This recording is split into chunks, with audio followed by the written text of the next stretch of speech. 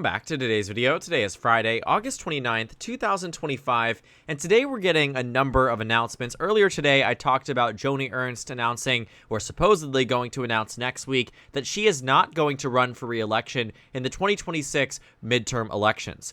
But a recent decision from Justice Rebecca Bradley in the state of Wisconsin has made the decision now that she will not run for re-election in the 2026 year.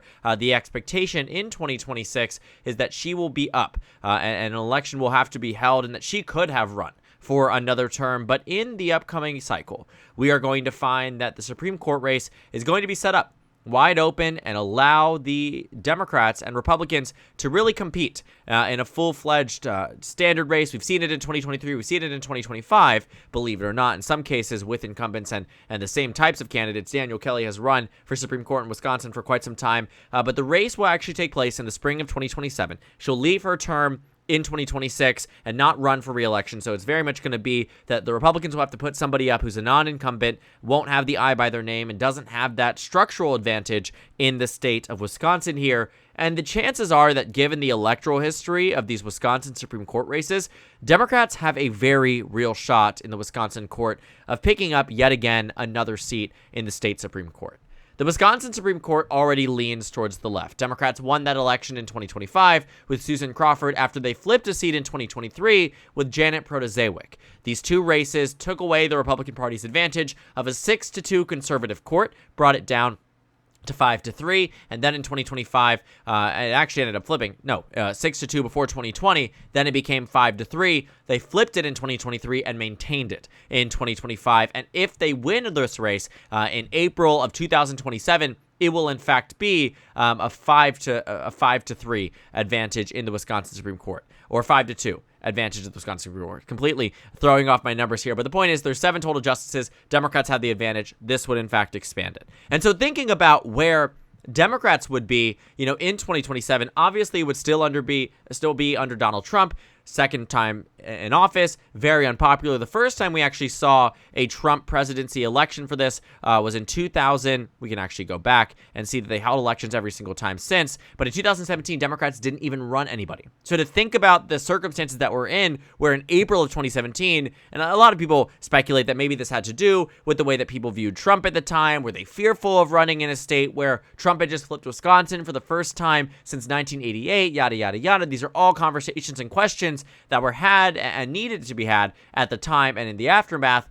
But honestly, this was Democrats really just selling a race that they probably could have done quite well in. Either way, Annette Ziegler, who's actually up, her term ends, I believe, in 2028. We'll talk about her some point in the future. But in 2018, 2019, and in 2020, there were a variety of different races. And taking a look at the composition of the Wisconsin Supreme Court, many of them had gotten through in that day and age. But the interesting thing about the 2023 Wisconsin Supreme Court races and the 2025 ones is that they came in the aftermath of Roe v. Wade being overturned.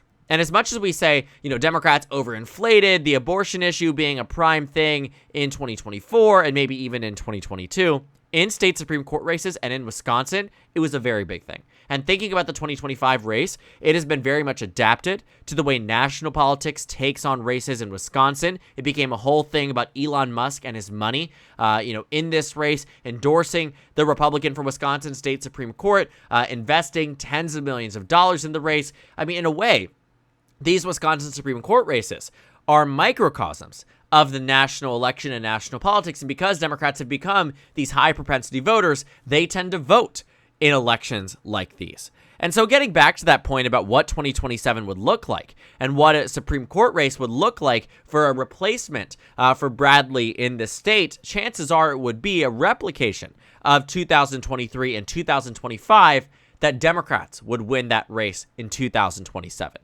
And thinking about the, impact of Democrats already having the ideological majority in the state of Wisconsin, there have been some massive, massive changes that have been a result of this decision In 2025, we saw that, or right before the 2024 elections, we saw that the Wisconsin State Supreme Court had ruled that in the state legislature, it was an unconstitutional gerrymander. In the state's Senate here, Republicans are down to just 18 seats across the cycle. In 2024, in the state assembly, Republicans are down from 64 seats down to 54.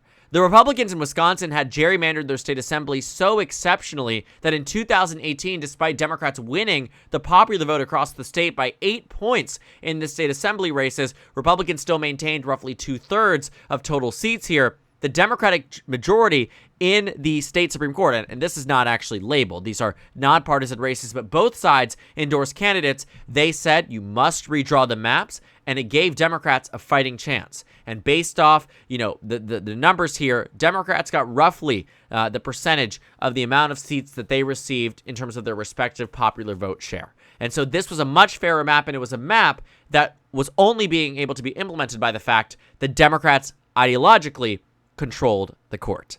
And so now thinking about the most recent things that are coming forth before the Wisconsin Supreme Court, a new congressional map is in order based off what Democrats are calling out to the state of Wisconsin. Now, the state Supreme Court would not hear the case originally, and there was some drama around that. Chances are that was just that the majority of judges here did not think that it needed to go straight to the Wisconsin Supreme Court, and that it would be easier if it had gone to a lower court and they simply just upheld the decision rather than ruling straight from plaintiff to Supreme Court, that this is something at its fundamental and at the very top needed to be dealt with. And so looking at these congressional maps in 2024, despite Democrats coming very close to victory in the state, they only have about 2 seats here.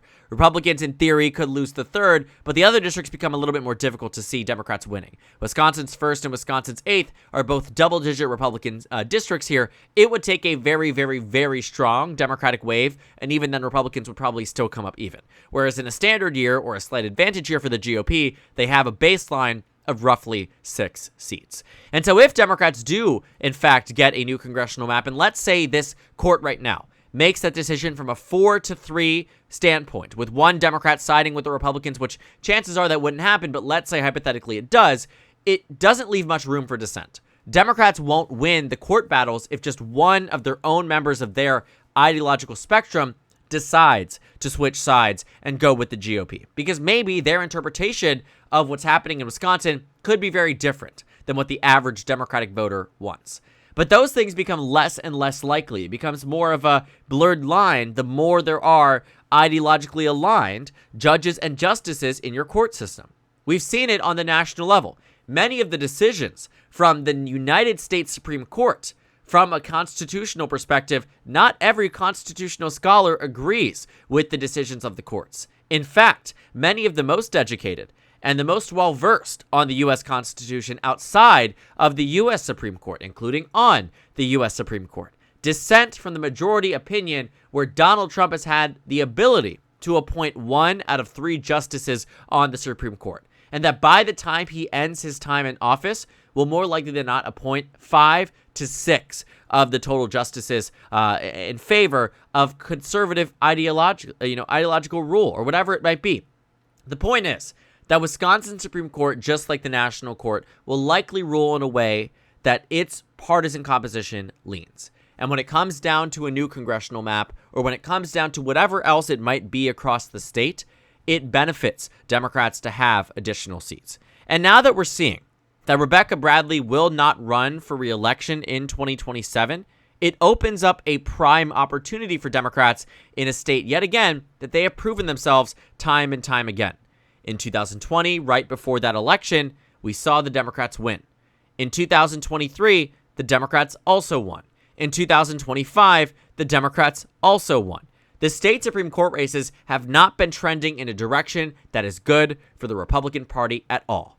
The race itself, across all of them, have been ones that Democrats have found a way to message on, whether it's, in the midst of a global pandemic, or right after the Dobbs decision, or in the day and age of Elon Musk and outside influence on the Republican Party in terms of politics here. Whatever it is, the Wisconsin Supreme Court race has often been a microcosm of the battle and what we've seen on the national level.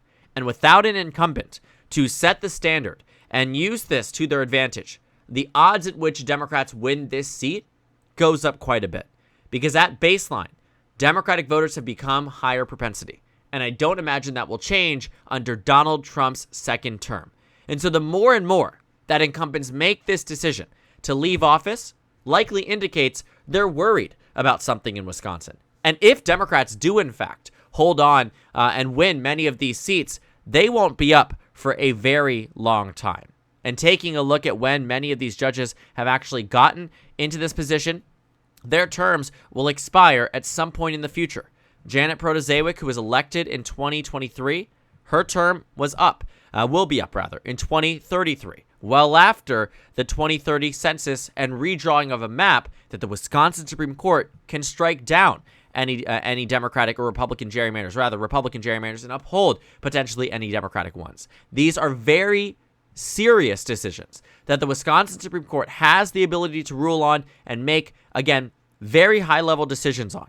And if they do end up with a court with another retirement from a conservative judge who is fearful about their odds and is reading the writing on the wall under a second Trump presidency and knows that they would lose, only hammers in the point the Democrats are in a better position as the days and days go on, and that their odds at victory, not just in this cycle, but in future elections, goes up, especially in cases like this where the repercussions here for the GOP have yet to be felt to the highest degree, where new court cases are set to come forward ahead of them over the coming months, where Wisconsin might see a redraw that would ultimately benefit the Democratic Party ahead of 2026.